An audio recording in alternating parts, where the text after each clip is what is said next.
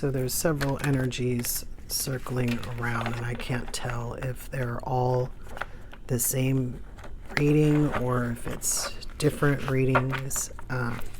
So I'm just gonna pull cards and have the see what energy shows itself.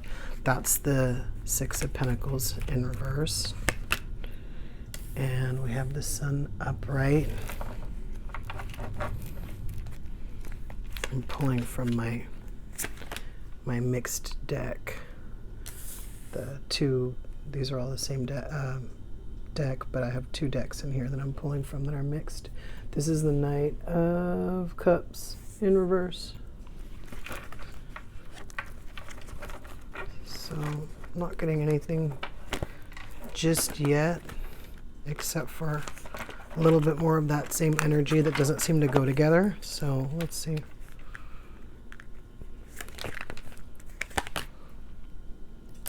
So now we have the King of Cups upright.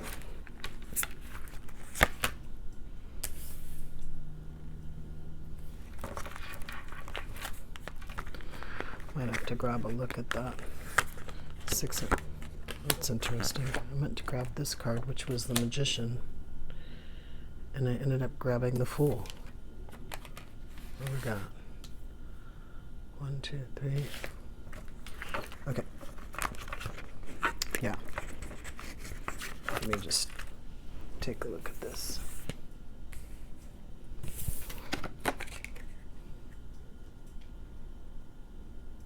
So in this card, the Six of Pentacles has,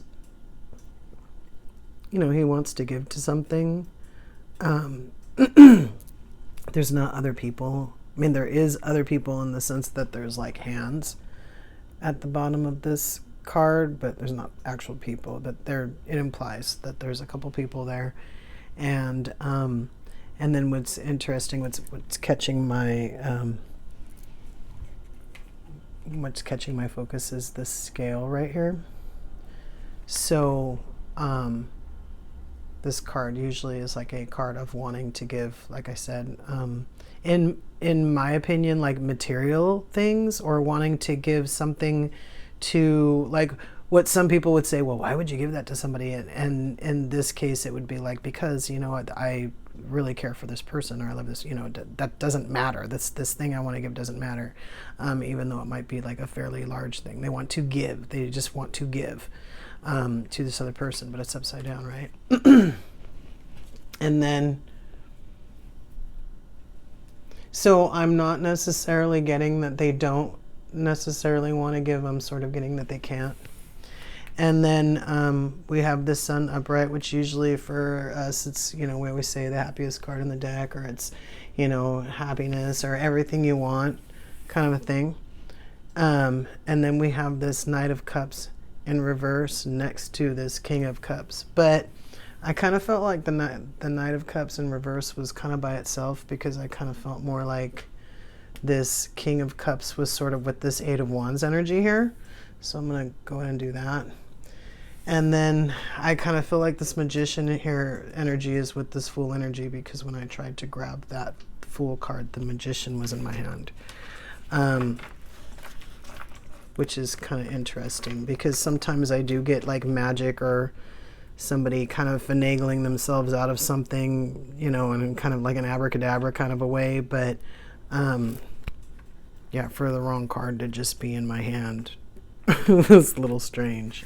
So we'll see what that's about. So Three of Wands. This isn't that main energy that I was picking up earlier. This is something a little different. I'm going to go ahead and say can't give to a situation. I'm also going to go ahead and say that something was taken away from them. Not in the sense that somebody reached out and grabbed it, but more of like they lost some kind of power, or I guess maybe the better word would be interest in a situation. And yeah, to the point where I was going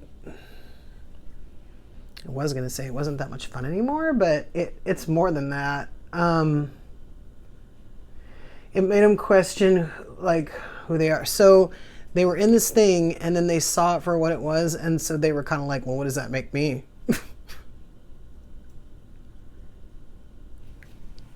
That's almost like exactly kind of like what I see here. I mean, the sun is still it's still making itself known. That's not its only role in this story, but this is the journey to the sun. So in a way, it really does have to be experienced like this. So yeah, so it was funny because when I was looking at the Six of Pentacles, I was thinking about the Six of Cups. And I mean, this could be like a soulmate kind of energy.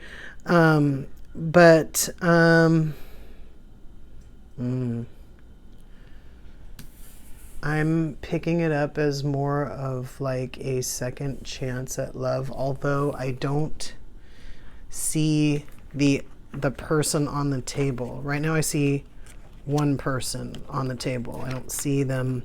If they have a love interest, it's not on the table.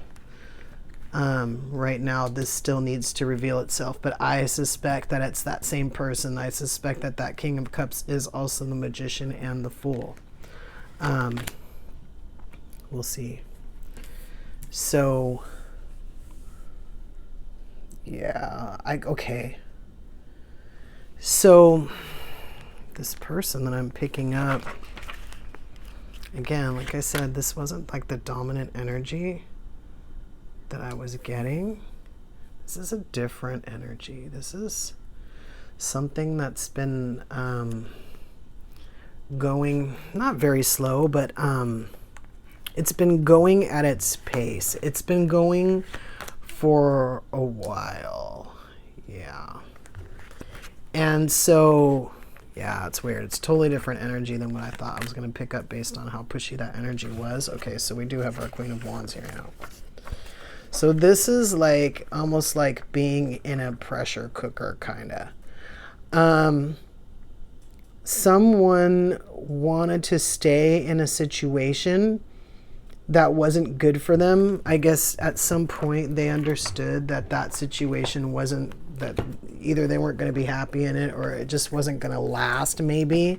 I think sometimes people misconstrue what not gonna last means because they think, well, so like, especially in situations where they're intimidated, they could be like, well, I don't really have to end it. It'll end itself because it's not gonna last. But that's not really, you know, sometimes how not gonna last can present in their field. So while they're waiting for it to end itself or whatever, it's just getting worse. The situation where it was, where that person couldn't tolerate it before, wasn't going to last. And so it got worse. I don't know if it continued to get worse. I don't know that it had to. Well, I kind of see that it does, but I don't know if something went like boom, boom, boom, or if something happened and then they try to build it back up, and then something else happened and they try to build it back up, and something else happened and they try to build back up. Like I said, if it was like that, then it probably did take a little bit longer than kind of like someone just getting hit with three things that were devastating to them.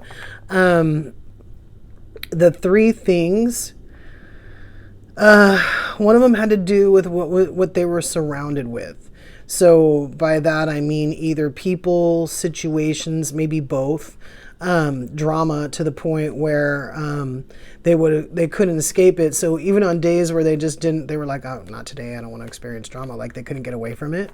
And so at some point, they kind of opened their eyes and said, well, you know, if I was by myself, there wouldn't be all this drama because I'm not creating it. So if it was just me, there would be no drama. Like something like that, some kind of simple epiphany that made them kind of say, well, I can make it stop. You know, but there was other complications in the situation. And so something like that, like I said, fighting, drama, maybe some kind of conflict. So maybe people weren't outwardly saying something, but there was some kind of situation, some elephant in the room that nobody was talking about. So, and the person was just kind of like, well, I'm tired of feeling tired. Like, I think I should just do something about this. Like, if I'm going to be the bad guy, let me just do the next thing that makes me the bad guy so I can free myself from this energy kind of thing. I don't know if they did or didn't do something like that before. Like I said, other stuff happened. So I'm kind of getting that this is just part of all that stuff, that what I just said. This Knight of Cups, well, I took it as they were sort of falling out if they were in love, because now this other person is on the table, this other person that we're looking at when we're looking at what they're doing. They were falling out of love, but at the same time, they knew what they...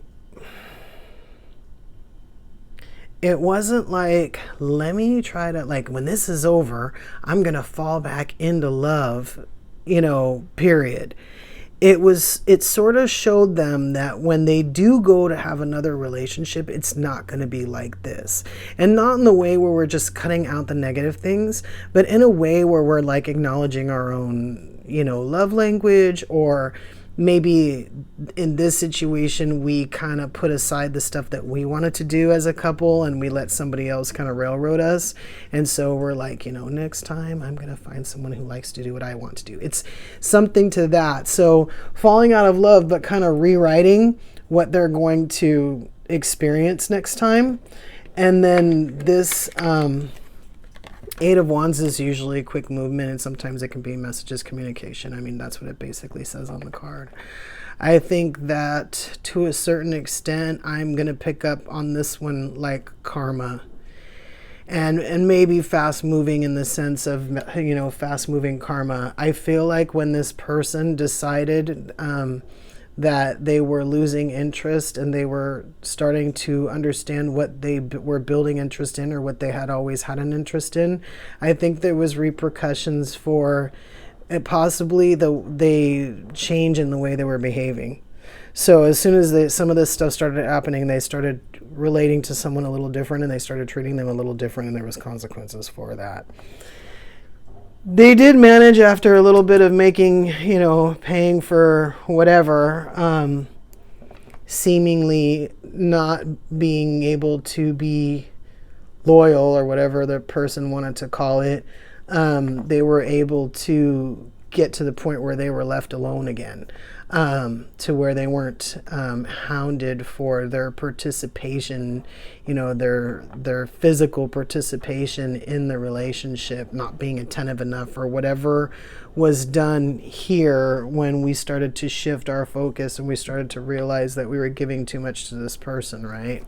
But then after that, even though, because like I said, we didn't leave, we didn't wait, but we didn't really move towards what we wanted either. So I guess the word that came to me was we sort of just sat. And when we did that, like I said, thinking, oh, well, the situation's already bad, not realizing that it could get worse. Not realizing that the person that we were dealing with could get worse. And here we are again, except this time we're having a more, I was going to say a more round version of what we want to present, but that's not really what I was trying to say. But in a sense, a wider understanding of what we wanted to give. We didn't want to just give physical things. We wanted to have something that made us feel whole. And we kind of let that go to the wayside because we had already picked somebody that wasn't providing it. And because we weren't getting it, we didn't know that, that we didn't have it until that person started taking things away. And then we started wondering what else we don't have. And then we started realizing that we didn't have anything because that person, even if we had something, would have taken it away by now. And then, so here we are again, understanding and realizing that maybe if we want like a new thing, if we want it to go in a new direction, that we might need to do it like with new stuff or new people. This is kind of like telling me, this would have been like rushing into the situation, and this is kind of like telling me, no, I don't want to rush into the same situation and then end up with the same type of person.